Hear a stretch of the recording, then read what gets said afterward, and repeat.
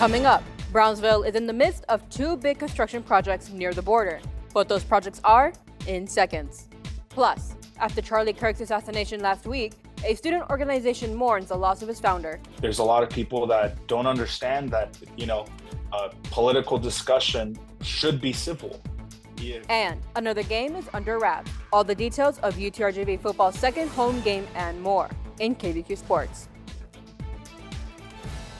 KVAQ-TV starts now. Good morning, vaqueros. I'm Alexander Salazar, and this is the third fall edition of KVAQ-TV. Let's take a look at the top story.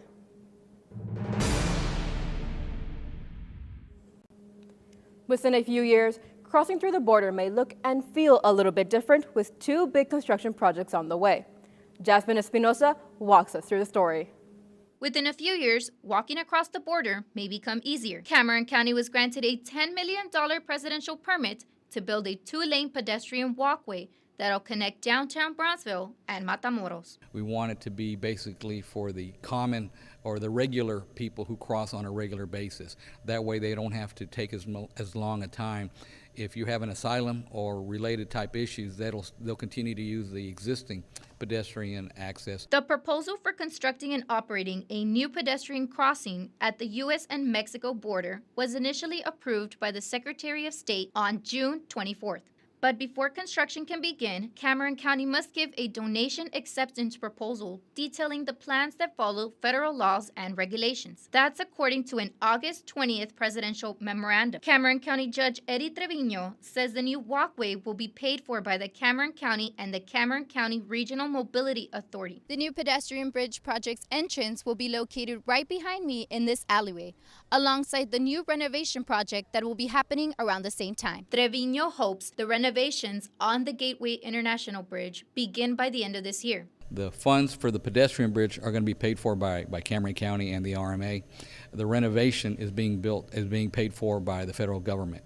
So that's about a $240 million project that's being paid by the federal government. Manufacturing engineering freshman Aurea Escalera says a renovated international bridge may encourage more students from Mexico to want to study in the U.S. I've talked to a lot of people that want to study in the U.S., but they're always like, oh, but the line, and you have to wake up super early.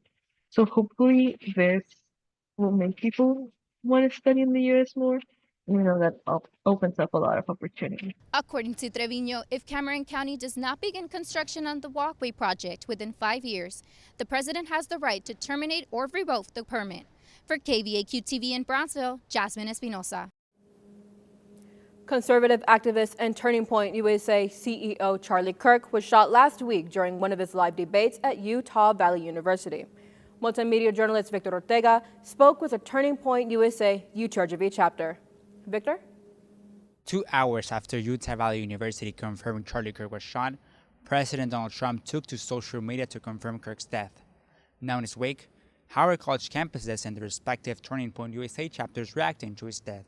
There's a lot of people that don't understand that, political discussion should be civil. Founded in 2021, TPUSA at UTRGV is described as a nonpartisan, nonprofit organization dedicated to organizing like-minded students to serve their communities and learn through activism. President Alexis Uscanga shared with KVAQ-TV that group members were surprised by the sudden news of Kirk's passing. I know that a lot of our members, even though they're not very active within the campus community by promoting TPUSA, they're still members. They were also incredibly shocked to see what transpired. Uscanga says he personally received a phone call by TPUSA confirming the news, followed by an email issued to every university chapter in the country. With the events taking place within Brownsville University, criminal justice freshman Joanna Reyes shares she fears a similar event may take place again. It's kind of surprising because you don't see that much around campuses like that, and it's kind of scary knowing that kind of thing happened at a university or even a college. However, Reyes expresses that she does feel safe at UTRGV. Honestly, I feel like UTRGV has more of a secure place. They have an app to make sure that you feel safe around here, especially for women or even guys. Uscanga says that group will be taking a short break before coming back in, quote, full force. For KVAQ-TV in Brownsville, Victor Ortega. House Bill 7 is on Abbott's desk and expected to be signed into law.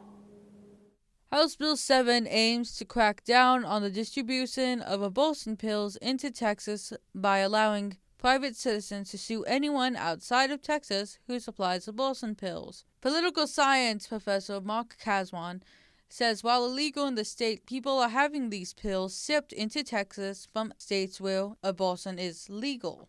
And that's one of the problems with this law that was just passed, is that it's an attempt to enable people within the state of Texas to file a lawsuit in Texas against someone who is not in Texas, which violates the principles of federalism.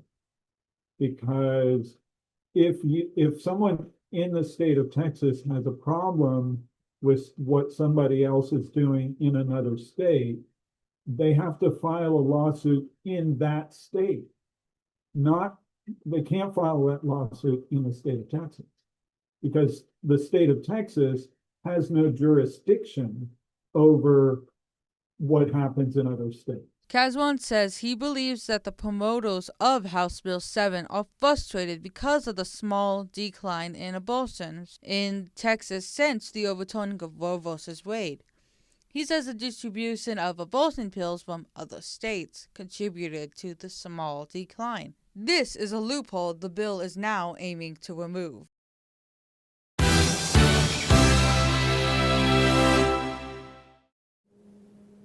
We have a lot to cover for UTRGV Athletics with Desiree Villanueva for KVAQ Sports. Desiree?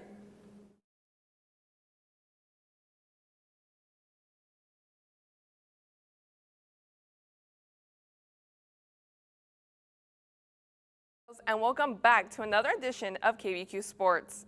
UTRGV Football is still undefeated after a dominating 80-0 against Langston University last Saturday, breaking the program record and once again setting history.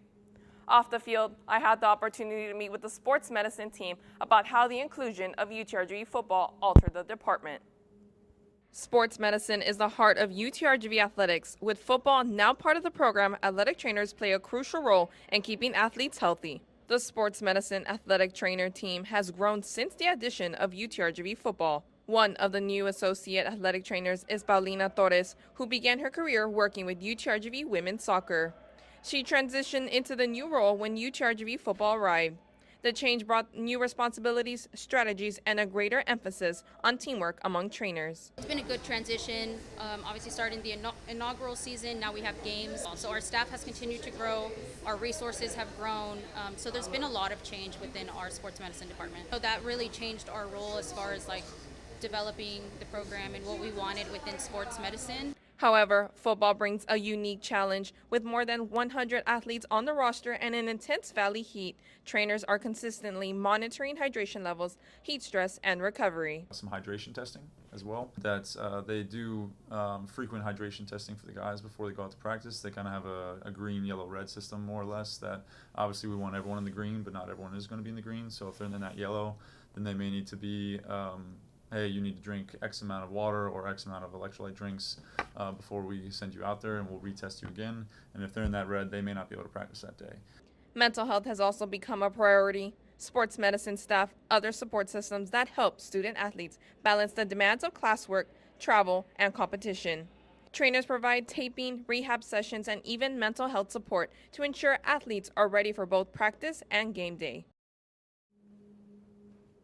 The Vaqueros men's soccer team is still searching for their first win of the season after falling 2-1 on the road against Incarnate Word Friday night. UTRGV kept the pressure on early, firing 6 shots on goal and earning 4 corner kicks in the first half. The Vaqueros return home Tuesday, September 7th to face Houston Christian at the Soccer and Track and Field Complex. In men's tennis, UTRGV closed out its first fall tournament at the Islander Open hosted by Texas A&M Corpus Christi. Next up, the team headed to College Station for the IT Texas Regionals October 4th through the 19th. On the volleyball court, the Vaqueros finished strong at the Guri Polovino Invitational with a 3-set sweep of Archon. UTRGV will wrap up a non-conference play next week at the Erie Insurance Invitational in Virginia, September 19th through the 21st. And in women's soccer, it was an offensive showcase Sunday as Vaqueros battled to the three-day draw against Texas Southern. UTRGV now shifts to conference play, hosting Northwestern State on September 18th at the Soccer and Track and Field Complex. That's a look at KVAQ Sports. Until next time, I'm Desiree Villanueva. A UTRGV student has learned to balance not only his school and social life, but playing in 2 bands at the same time. Here's Ian Juarez with the beats to the story. It's a double life for one mass communication senior here at UTRGV, managing personal life, school life, and playing in 2 bands.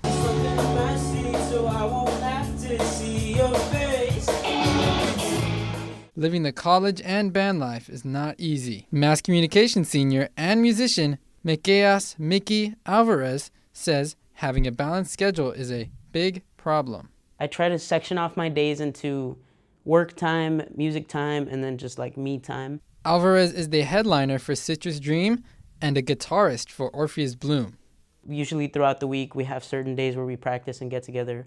And then other days I'll use to catch up on homework and do my assignments. So it's really all about planning and making sure you're ahead of knowing what you need to do. Alvarez started playing music when he was 7 years old, playing the ukulele before moving on to the drums and bass to help his dad at church. In his freshman year of high school, Alvarez wanted to learn something more in order to make his own music. That year, he picked up the guitar and has been playing music for 8 years. Alvarez says some of the inspirations for his sound are The Strokes, Wallows, and Radiohead. I think one of the main inspiring factors for me to start making my own music was the band Gorillaz.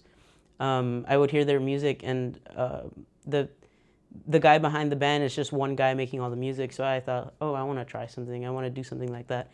And so eventually I started learning my craft and started making my own music. Living on campus provides Alvarez and some of his bandmates a unique environment to gain inspiration from. Citrus Dream's upcoming debut album, Dorm Room Days, deals with the band's experience living on campus. We have an album coming out this month. It's going to be called Dorm Room Days. And it's really inspired by our experiences living in the dorms and living on campus, and kind of having school and